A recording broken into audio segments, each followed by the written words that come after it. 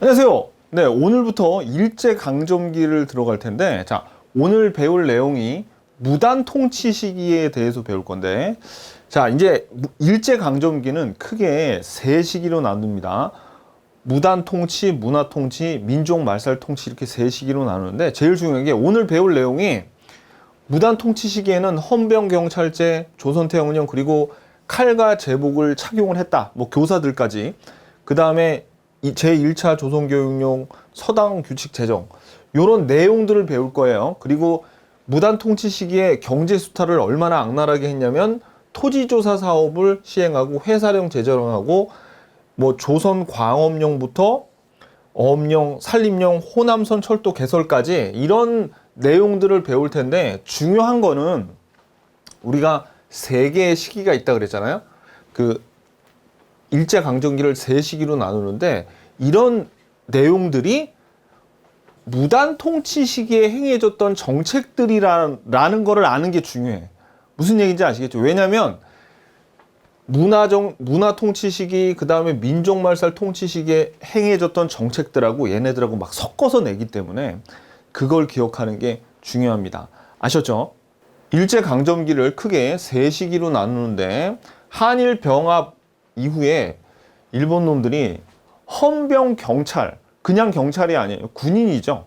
군인들을 앞세워서 막 엄청난 우리 민족을 탄압을 했습니다. 그러니까 들불처럼 들고 일어선 게 요 1919년에 3.1 운동이죠. 이 이후로 깜짝 놀란 일본은 통치 스타일을 바꾸는데 이름은 문화 통치지만 겉으로는 되게 잘해주는 척 하지만 속으로는 더 가혹하게 통치를 했던 게 문화 통치예요. 아주 기만적인 통치 정책이었죠. 자, 그러다가 이제 1931년에 만주사변이 있어서 전쟁이 터지면서 이 일본 놈들이 이 한반도를 완전히 군대, 그 전쟁을 수행하기 위한 하나의 병참 기지화하기 위해서, 즉 전쟁 물자를 착취하기 위해서 민족 말살 통치 정책을 시행합니다. 자, 그래서 우리가 이렇게 세 개로 나눠볼 수 있는데 요 나누는 기준이 되는 3.1 운동과 만주사변의 연도는 여러분들이 알아두셔야 됩니다. 1919년. 이건 뭐 여러분들 외우기도 쉽고 다 아니까. 만주사변이 1931년에 일어났어요. 자, 좀 헷갈리면 하다못해 1930년? 뭐 그 정도까지라도 좀 알아야 돼. 1931년 정확하게 알면 다행인데. 자, 그래서 이제 앞으로 우리가 핵심 48부터 어떻게 배울 거냐면, 핵심 48부터 49가 요 무단 통치에 관한 내용이고요. 요 핵심 50은 3.1 운동에 관련된 내용이에요. 요거. 그래서 보면은, 보세요, 여러분들. 요 중간 토막을 이렇게 보면, 봐봐요.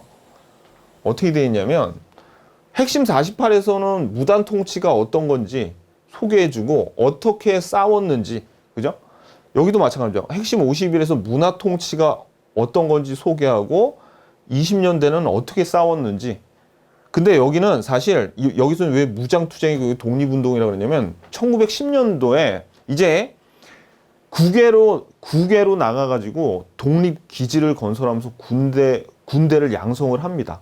그래서 이제 여기서부터는 무장투쟁, 여기 핵심 52하고 핵심 56은 무장, 그 해외에 있었던 군인들이 어떻게 싸웠는지, 독립군이죠. 그러니까 독립군, 정식적인 군대, 독립군들이 어떻게 싸웠는지를 보여주는 거야.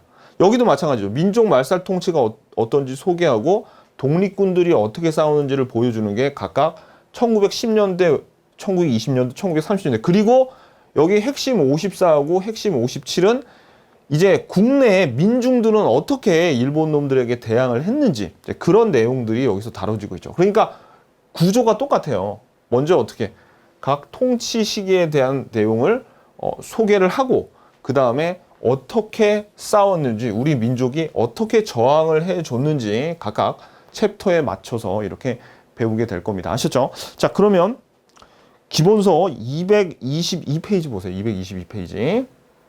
자, 그러면 여기 말씀드렸듯이 일제강점기 시대를 크게 세 개로 나눈다 그랬어요. 그래서 여러분들한테 다시 한번 말씀드리지만 요 연도를 외워두셔야 돼. 1919년하고 1931년 3.1 운동하고 만주사변 요 연도를 주셔야 됩니다. 요거는.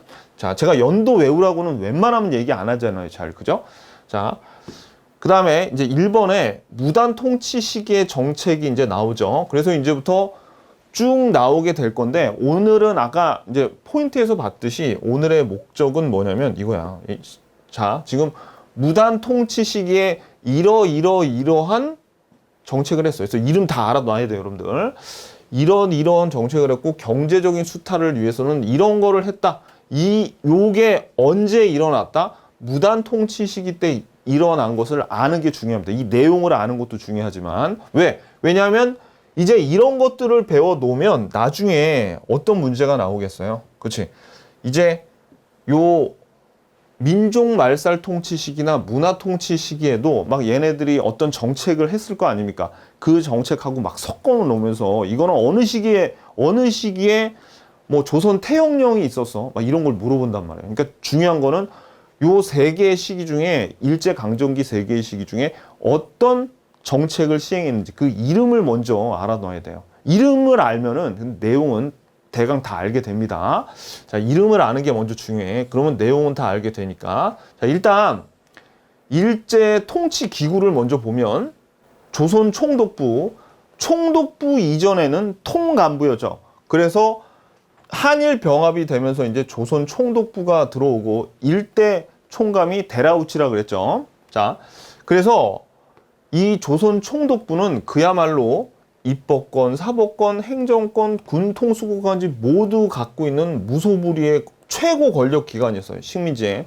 그래서 조선 총독부의 우두머리인 총독은 일본이 조선에다가 심어놓은 왕입니다. 왕. 그러니까 조선의 왕이라고 보면 돼, 그냥. 자, 그래서 조선 총독부의 수장이며 모두 일본 군인들의 임명이 됐어요. 총 9명의 총독이 들어왔는데 무단 통치 때 2명, 문화 통치 때 3명, 그 다음에 민족 말살 통치 때 4명이 들어왔는데 요 문화 통치 때 3명까지도 다 군인이었어요. 9명이 모두 다 군인 출신이었고 문관 총독은 1명도 임명이 되지 않았습니다. 그 다음에 총독 아래 행정 담당 정무총감, 치안 담당 경무총감, 그냥 요건 참고로 알아두시고, 그 다음에 중추원 우리가 앞에서 한번 봤어요. 독립협회가 중추원 관제 선포했다, 뭐 이런 내용이 있었죠. 그 중추원이 이제 뭘로 전락을 하냐면 총독 자문기관으로서 전락을 하는데, 이때 조선인들도 중추원에 들어가. 하지만 어떤 놈들로 구성이 되냐면 친일파, 그러니까 일종의 그냥 명예직이에요. 발언권도 하나도 없어. 얘네들은 총독 자문기관으로 들어가서 그냥 여기 중추원에 들어갔지만 발언권도 없을 뿐만 아니라 이 일본 놈들이 조선인들도 정치에 참여를 하잖아. 막 이렇게 선전에 그냥 이용만 당했어요. 그래서 형식적으로 그냥 유지가 됐습니다. 참고로 이거 알아두시고, 이제부터 시험 문제는 이제 네모 2번부터가 시험 문제 나옵니다. 자, 볼게요. 자, 무단 통치 시기의 정책이 첫 번째는 헌병 경찰 나오면 무단 경찰제. 왜냐면 이게 3.1운동 터진 다음에 문화 통치가 되면서 이제 헌병 경찰들이 워낙 탄압을 해가지고 이 헌병 경찰을 폐지하고 그냥 보통 경찰로 돌아갑니다. 자, 여러분들 헌병이 지금은 이름이 바뀌어서 군사 경찰로 제가 바뀐 걸로 알아요. 군사 경찰인가 그걸로 바뀌었을 거야. 그래서 근데 옛날에 이 군사 경찰을 불과 얼마 전까지만 해도 헌병이라고 그랬거든요. 헌병. 그러니까 이 헌병 경찰제라는 거는 군인들이 막 돌아다니면서 치안도 담당하고 눈에 뭐 잘못하면 지들이 막 때리기도 해, 사람을. 그러니까 거의 뭐에 가까운 거냐면 이 헌병 경찰제라는 거는 그냥 계엄령이 그러니까 항상 조선은 1919년 3.1운동이 터질 때까지 계속 계엄령이 선포되었던 나라나 마찬가지야. 왜? 군인들이 돌아다니면서 잘못하면 막 때리고 벌금도 물리고 막 그랬거든요. 자, 그래서 보세요. 헌병경찰제 이름을 알아야 돼. 헌병경찰. 군사경찰인 헌병이 일반 경찰 역할까지 수행하는 무력 통치 방식이에요. 그래서 헌병이 곳곳에 헌병부대와 경찰서를 설치해서 독립운동가를 색출했을 뿐만 아니라 얘네들이 민간인들을 탄압하고 통제를 했어요. 그래가지고 보면은 범죄 직결례와 경찰범 처벌 규칙이란 게 있는데, 이거는 자 밑줄 재판 없이 직결 처분을 하는 거야. 그냥 이 헌병 경찰이 지나가다가 뭐 너 술 먹고 왜 비틀거려 임마 하면서 어떻게 즉각 어떻게 구류나 벌금을 부과할 수 있어요. 너희들 왜 싸워? 그래서 그냥 끌고 가는 거야. 재판도 없이 그냥 끌고 가.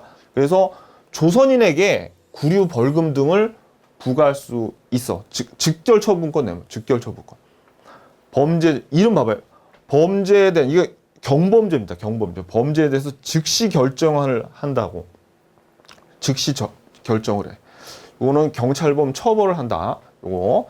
그 다음에 조선 태형령. 요게 시험에 잘 나오죠. 요 별표. 헌병 경찰. 그 다음에 조선 태형령. 요 두 개 반드시 알아놔야 됩니다. 자, 요거는 조선인에 대해서 이 조선인에 한해서예요. 조선인에 한해서 재판 없이 태형이 뭐야? 때리는 거야. 그냥 때리는 거.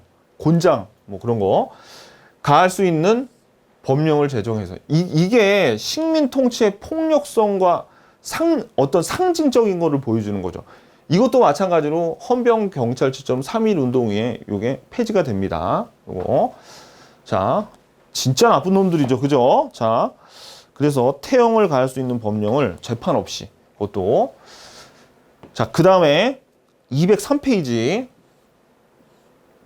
그리고 또 요것도 시험에 무지 잘 나와요. 요거. 제복의 착용과 착검인데 특히 교사 동그라미 교사 별표.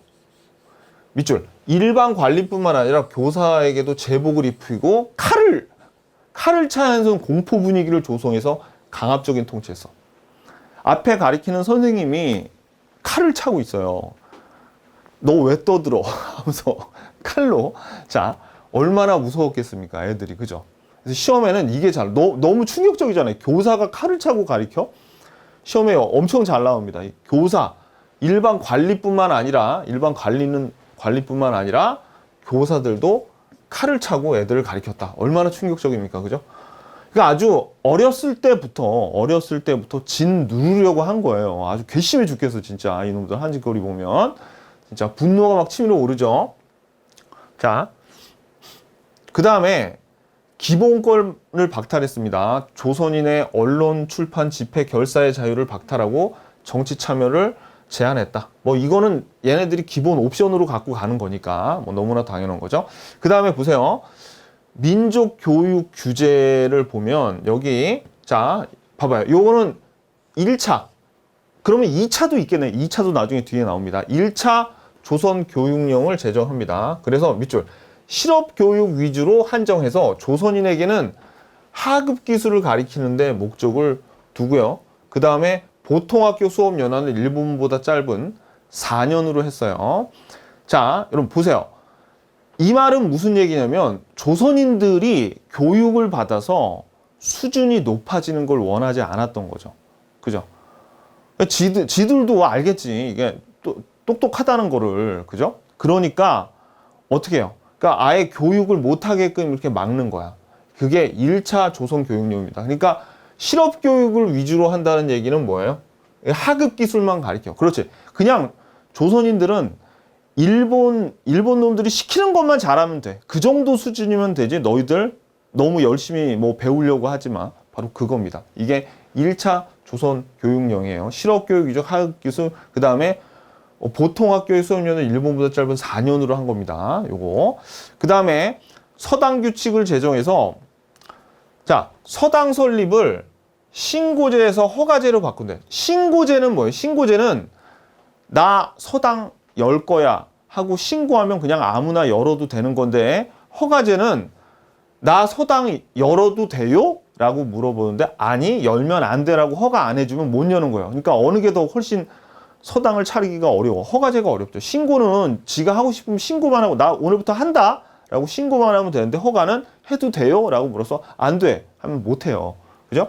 그래서 일제에 반하는 서당의 설립과 서당 교육을 막았습니다. 그래서 교육을 막았어. 그러니까 어렸을 때부터 선생이 칼 차고 가리키죠. 그리고 제대로 된 내용은 못 가리키게 정책적으로 막았으니까 이 조선인을 완전히 어떻게, 그렇죠. 지들이 부려먹을 정도로만 그렇게 말 잘 듣는 그런 시민으로 키우고 싶었던 거죠. 진짜 괘씸하죠. 진짜 나쁜 놈들이에요. 그죠? 자, 그 다음에, 자, 3번. 무단 통치 시기의 경제 수탈은 크게 두 개가 일단 제일 중요합니다. 이 토지조사 사업하고, 그 다음에 회사령 재정. 지금부터 제가 토지조사 사업에 대해서 쭉 설명을 드릴 텐데, 여러분들은 머릿속에 그냥 어떤 내용을 알면 되자면, 요 토지조사령을 공포해서 토지조사 사업을 시행하였다. 딱 요 한 줄만 머릿속에 남아있으면 성공이에요. 근데 내용도 재미있고, 그 다음에 저절로 내용이 다 살은 붙어 갈 겁니다. 근데 확실하게 이름을 알아야 돼. 제가 이름 중요하다고 그랬죠. 토지조사령 공포. 자, 원래 이 토지조사 사업이 얘네들의 명분은 그거예요. 근대적인 토지제도를 확립해서 소유권을 보호하자. 이게 이제 명분인데, 사실은 이 일본 놈들이 조선의 토지를 약탈을 하고, 그 다음에 좀 더 확실하게 소유권을 둬서 세금을 많이 걷자라는 거가 사실은 얘네들의 목표였습니다. 그래서 토지조사령을 공포하는데, 자, 밑줄, 총독부 산하에 임시토지국을 설치하고 토지조사령을 공포하였다. 요 한 줄 알아야 돼. 자, 그 다음에 얘네들이 얼마나 야비한 짓을 하냐면, 이제 기한부 신고제를 둬가지고요. 어떤 일정 기간을 주고, 이 기간 안에 서류를 이 토지가 네 거라고 증명할 수 있는 서류를 준비해갖고 와. 근데 만약에 6월 1일 넘어가잖아? 그러면 또 소유권 인정 못 받아. 라고 한 거예요. 그러니까 어떻게, 제대로 이런 기한부 신고제가 하는지 아는 사람들도 별로 없어. 이때 무슨 인터넷이 있었겠습니까? 뭐가 있었겠습니까? 제대로 없었죠. 그리고 또 이런 사람들도 있었어. 지들이 뭔데? 이거 내 땅인데 일본 놈도 지들이 뭔데? 하고 일부러 신고 안 한 사람들도 있었고, 거기에다가 이 서류를 또 준비하기도 매우 까다롭게 만들어 놨어요. 그러니까 신고하지 못한 미신고 토지가 굉장히 많았겠죠. 그거를 이 조선 총독부가 꿀꺽했다는 얘기예요. 자, 볼게요. 토지 소유에 필요한 서류를 갖추어 지정된 시간 안에 신고해야 토지 소유권이 인정이 되었는데, 그 절차가 복잡하고 미신고 토지가 많았어. 근데 미신고 토지는 누가? 총독부로 귀속, 총독부가 꿀꺽했다는 얘기죠. 지들이. 자, 그 다음에 204페이지 볼게요. 그래서 그 결과로 얼마나 토지가, 보세요. 미신고 토지, 왕실 토지, 소유주가 불분명한 토지, 이런 것들을 다 총독부에 귀속시키니까 전국토의 약 40%가 총독부에 귀속됐어요. 아니 뭐 이렇게 40% 이런 것까지는 알 필요 없고, 그냥 굉장히 많은 토지를 뺏겼구나, 이렇게 아시면 되겠죠. 그 다음에 요 수탈한 토지를 앞에 나왔죠. 동양척식 주식회사를 통해서 어떻게 해요? 일본에서 온 이주민들한테, 일본에서 이제 조선으로 살러 오는 일본 놈들한테 싼 값에 싼 값에 팔았어.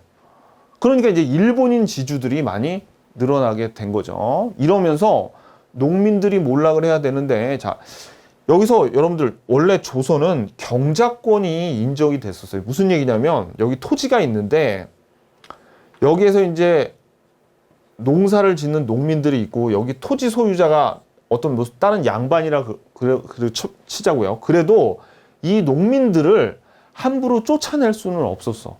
왜? 쫓아내면 이 사람은 굶어 죽잖아. 어디 가서 농사 지으라고. 그죠? 그래서 여기에 있는 이 농사를 짓는 경작권이 보장이 됐기 때문에 함부로 쫓아낼 수가 없어서, 농민들끼리는 얘가 예를 들어서 다른 땅에 가가지고 또 농사를 지을 수 있는 데가 있으면 마치 요즘에 권리금 받는 것처럼 이 경작권도 돈 주고 팔고 뭐 그랬거든요. 그랬었는데 이제 어떻게 됐냐면, 경작권, 뭐 소유권은 당연하고 경작권도 보호를 받지 못해. 그러니까 어떻게 되는 거야? 그죠? 이제는 그냥 기한부 계약서에 의해서 소장농으로 전락했다는 말은 무슨 얘기냐면, 이제 여기서 얘가 농사를 지을 때 1년 단위로 계약서를 새로 써야 돼. 근데 여러분, 우리도 임대차 보호법이라 그래서 임차인들이 2년은 살아야 되거든요. 2년은 살게 해주고 그 다음에 계약할 때 월세를 못 올리게끔 지금도 그런 게 있어. 월세를 뭐 5% 이상은 못 올린다 그런 조항이 있는데 이땐 그런 게 없잖아요. 어떻게? 그냥 막 올리는 거야 얘네들이. 그러니까 어떻게 해요? 소장농으로 기한부 계약 소장농이 됐다는 말은 경작권이 없이 그 계약에서 매일 불리하게 계속 계약을 갱신하면서 더 많은 소장료를 착취를 당했다는 얘기예요. 지주들한테. 일본인 지주들도 많이 늘어났죠. 그죠? 자, 그 다음에 이렇게 되니까 이제 농민들이 이주를 해 갑니다. 그래서 그래서 만주와 연해주로 이주를 해. 그래서 이제 이 한인촌이 결성이 되면서 여기서 독립기지가 생기죠. 이렇게 되는 겁니다. 그리고 보세요. 지주 권한이 강화됐다는 게 아까 이 말이랑 똑같아요. 경작권이 인정되지 않아서 지주의 소유권만 인정해서 그 다음에 지주층을 식민지 체제 내로 포섭했다는 얘기는 뭐야? 그렇죠. 지주들은 더 좋은 거야.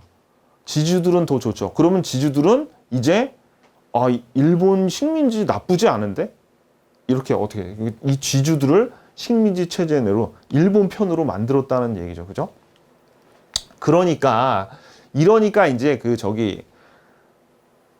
우리나라가 아직도 그런 정서가 남아있죠. 부자들은 나쁜 놈이야. 막 그런 정서가 남아있잖아요. 뭐 이런 영향도 있어요. 자, 그 다음에, 조선총독부의 재정 수입 증대, 토지세 부과 대상이 되는 토지의 양이 늘었으니까 당연히 재정 수입이 늘었겠죠. 지금도 얘기 쭉 들었는데 어때? 그냥 기억할 만하죠. 근데 여러분들이 지금 여기 쌍가루 4번의 1번부터 결과를 쭉 설명드렸잖아요. 이런 거는 그냥 스토리가 있으니까 여러분들이 억지로 기억을 안 하려고 그래도 그냥 기억에 남아요. 근데 다시 한번 말씀드리지만 이 거의 한 페이지 다 배웠지만 중요한 건 뭐예요? 토지조사 사업, 토지조사령 공포했다고. 요 이름을 기억하시라고. 무슨 얘기인지 아시죠? 언제 했다고요? 지금 우리 무단 통치 시기 배우고 있죠? 무단 통치 때 했다고. 요 한 줄이에요. 결국 우리 시험에 나오는 거는. 뭐 이런 내용들이 아니라 이런 내용들이 어떻게 그렇지 지금 제가 말씀드린 이 내용 머리에 지금 이런 거는 머리에 잘 남는단 말이에요. 머리에 되게 잘 남아. 이런 스토리 같은 거는 이런 거는 어떻게 그렇죠. 이런 거는 이제 사료로 막 이런 내용들이 주어지겠죠. 사료로 주어진다고. 요게. 자, 그다음에 회사령을 제정해요. 회사령 제정. 자, 이 회사령은 뭐냐면 자, 이것도 별표. 이것도 결국 이 회사령은 회사를 설립할 때 신고제가 아니라 허가제를 한다는 거야. 허가제. 그럼 이 조선 사람이 뭔가 하려고 하면 회사를 차리려 그러면 안 돼 임마 하고 허가 안 해줘. 일본 놈들이 와서 뭐 회사 차린다 그러면 그래 해. 니네 다 허가라고 하고. 그래서 총독의 명령으로 회사를 해산할 수도 있도록 해놨어요. 허가제로 하고 해산도 할 수 있다. 그래서 목적은 뭡니까? 민족 기업과 민족 자본 성장을 억압하려고 하는 거예요. 왜? 그렇죠. 민족 자본이 커지면 독립운동에 지원할 독립운동하는데 뭐 돈을 보태줄 수도 있고 아무튼 이 조선 민족이 똑똑해지거나 돈이 많아가지고 영향력이 커지거나 그런 거를 얘네들이 극도로 경계한 거야. 자, 오케이. 그리고 좀 있는 놈들은 아까처럼 어떻게 자기가 일본 편으로 포섭을 하고 자, 그 다음에 이제 산업 침탈이 쭉 나옵니다. 근데 쭉 나오는데 이거는 그냥 한번 읽어보세요. 기억에 이 두 개는 아까 회사령하고 토지조사 사업은 정말 반드시 기억해야 되는데 얘네들은 머릿속에 얘네들이 취재가 안 되는 건 아는데 저절로 기억에 남을 겁니다. 왜? 아직 우리는 문화 통치 시기와 그 다음에 그 민족 말살 통치 시기에도 거기도 막 또 이렇게 각 시기마다 중요한 정책들이라던가 뭐 우리를 탄압하는 이런 법령들이 있겠죠. 그런 게 아직 나오기 전이기 때문에 뇌가 아직 쌩쌩하거든요. 헷갈리지가 않아. 그러니까 이거 다 외워져. 빨리 외워야 돼. 그러니까 이거 여기에서 확실하게 외워야지 다음에 문화 통치 들어가서 또 일본 놈들이 이상한 정책 같은 거 만든 거고 안 헷갈린다고요. 오케이? 자, 볼게요. 근데 되게 간단해요. 이거는 광업 이름이 다 나와 있어. 조선광업법, 광업령. 이것도 허가제를 실시하는 거야. 허가제.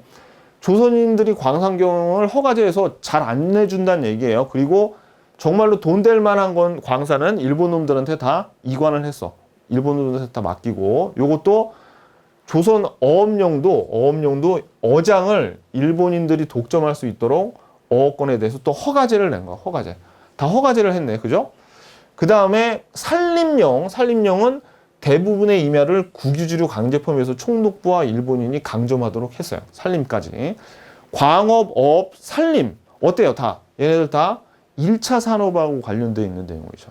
이런 것들을 다 어떻게 지들이 차지해서 허가제하고 그 다음에 산림은 국유지로 강제 편입했다라는 거. 그 다음에 호남선 철도를 개설한 이유는 호남 지방이 쌀이 많이 나는 곡창지대죠. 그래서 어떻게 해요? 호남선 철도를 건설해서 호남 곡창지대에서 농산물 반출을 확대한 거야. 자, 그러면 우리가 이 기차는 앞에 그 기차들 있죠. 대한제국 시절에 놔줬던 기차는 어떤 거였어? 그렇지.